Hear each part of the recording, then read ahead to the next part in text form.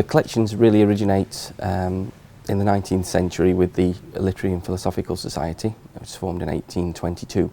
They formed a museum that kept on growing and growing and growing until eventually, towards the end of the 19th century, they gave the collection to the City Corporation, which is kind of the equivalent of the council at the time.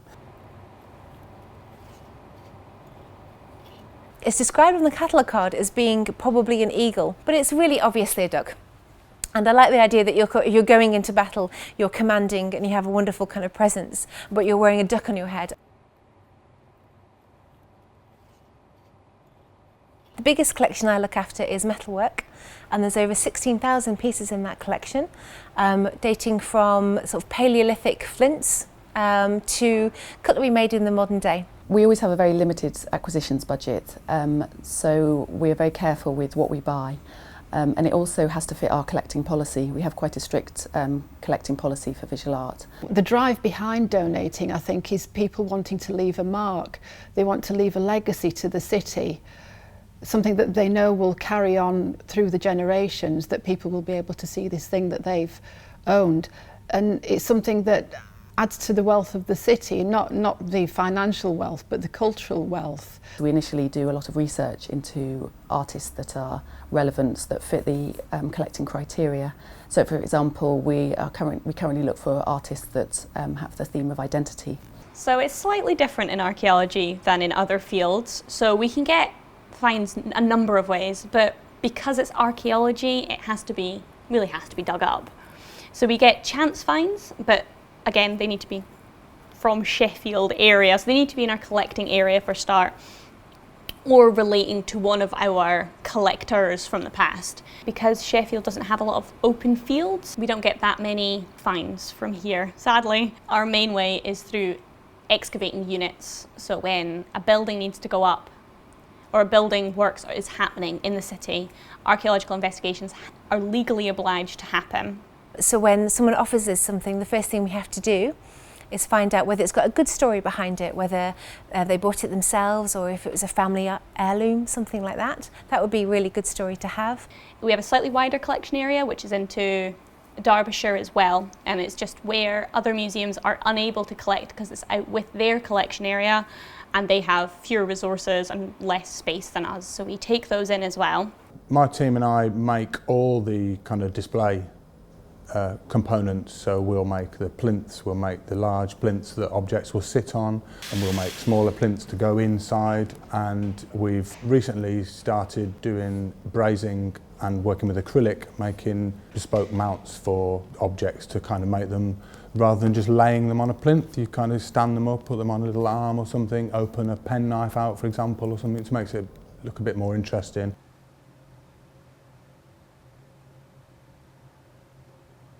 Well, I look after the natural history collections, which include the biological collections and the geological ones. Rocks, minerals, fossils in the geology department, and all the insects, the taxidermy, cabinet skins, and the lovely spirit collections, which are the gooey things in liquids.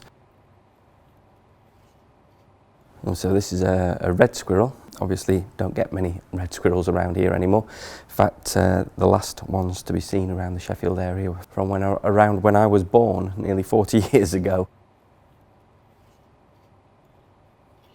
I kind of like to look at our role as, I'd like to think that we're kind of invisible. We work really hard behind the scenes, and then when we leave the gallery and the public come in, they kind of see the objects in all their glory, but they don't see the work that we've done. That's the ideal. I think the collections are incredibly important to the city because they tell you the story of the city, they tell you what the city's about, what it was about in the past and what it is now in the present. It tells you what the people did here, what they made, the things they make now, even how the city's had to evolve over time is all told in the story of the collections.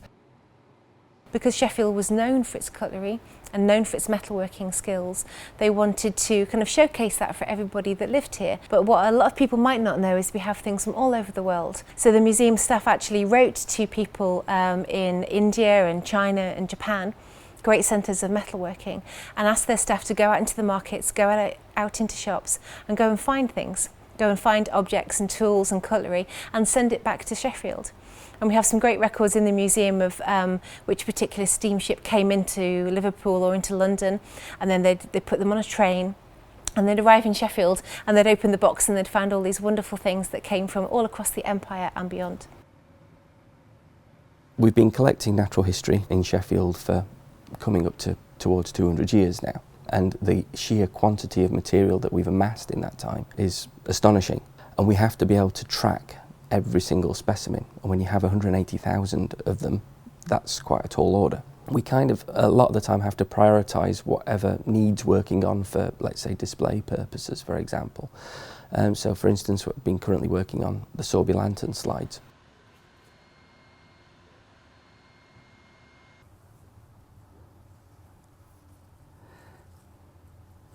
Preserved in arsenic. Sorby collected specimens and then he had a technique for preserving them permanently within the lantern slide. So this isn't just a drawing or an etching or anything like that. This is a real specimen. So this is real biology. If algae weren't your cup of tea, Sorby had all these amazing techniques for literally squishing flat, rather thicker objects. So this is actually a place, like the fish you might have for tea. At a union grinding wheel site, there were sort of these big pits where people had been grinding cutlery on the big bands, and they sort of get whisked away and then down into these what they call drum pits, and the drum pits was full of layers. And in some of them, so in the very early ones you had bone, and in some of the later bits you had very early plastic. But the plastic handles look exactly like bone, so they've put striations in them like you would get in bone. It's magnificent. And so it's all the history of the site. We might not necessarily, you know, say it was the greatest find in the world, but it's interesting. It shows really just the life use of the site from bone and then moving on and on to plastic. A lot of the collection isn't on display just because we don't really have room to show everything, but we try and change things as often as possible. But we have researchers and visitors in all the time, every month. I think the public do have a terrific sense of ownership with regards to the collection, as well as an immense pride in it. And as well they might, really. I do find that people often come to see us after not having been to the galleries or museums for decades sometimes, and they want to see the things that were important to them as a child or the things they remember seeing.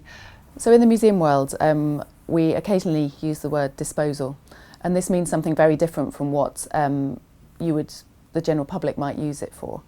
So when we talk about disposal, it very, very rarely means that we're actually going to throw anything away. More generally, if there's some artwork or piece of social history that maybe doesn't fit with the collecting policy or with the collection, it would be considered, we would ask other museums whether they would want the work to fit with their collection, so it would be transferred, or potentially in some cases things, say a sculpture, or I know there's some stuffed birds in the natural history collection, have gone into a handling collection that might be used for educational reasons. Sometimes if these things aren't available to them, they get incredibly disappointed and ask, why isn't it here? And then they'll go on to say, you haven't sold it, have you? With real concern. And I guess what that says is that they consider the collections to be something that is very much a part of the city and not something that should be ever sold off or traded according to the fluctuations of the economy, that it's something constant. It would be an incredibly rare case that something was actually thrown away. It would more usually be transferred or put into a different type of collection. We don't have the prettiest collections. A lot of it is stone. Like that isn't, I mean, there is beauty in it because people made it, and there's like, you can really see with some of the stone objects that they are so tactile, they're something like people have touched, but they aren't always pretty.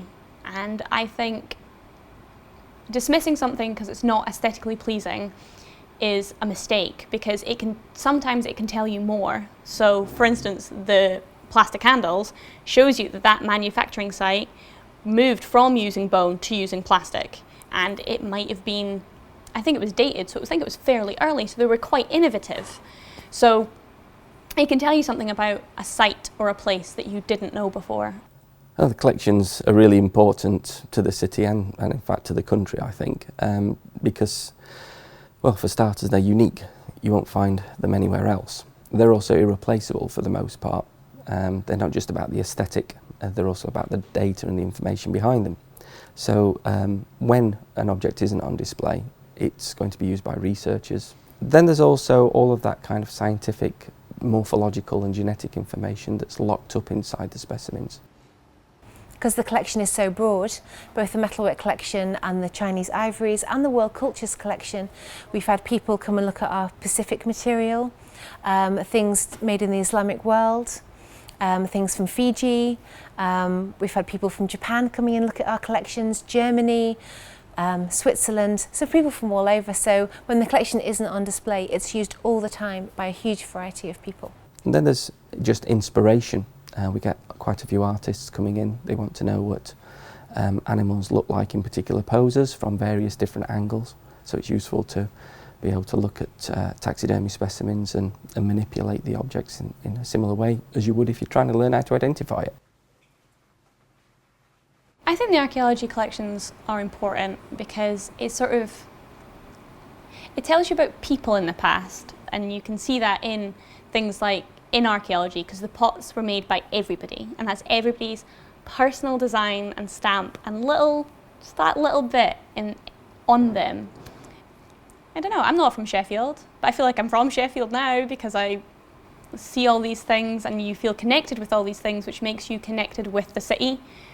I think it's just it's a nice joining together of everything.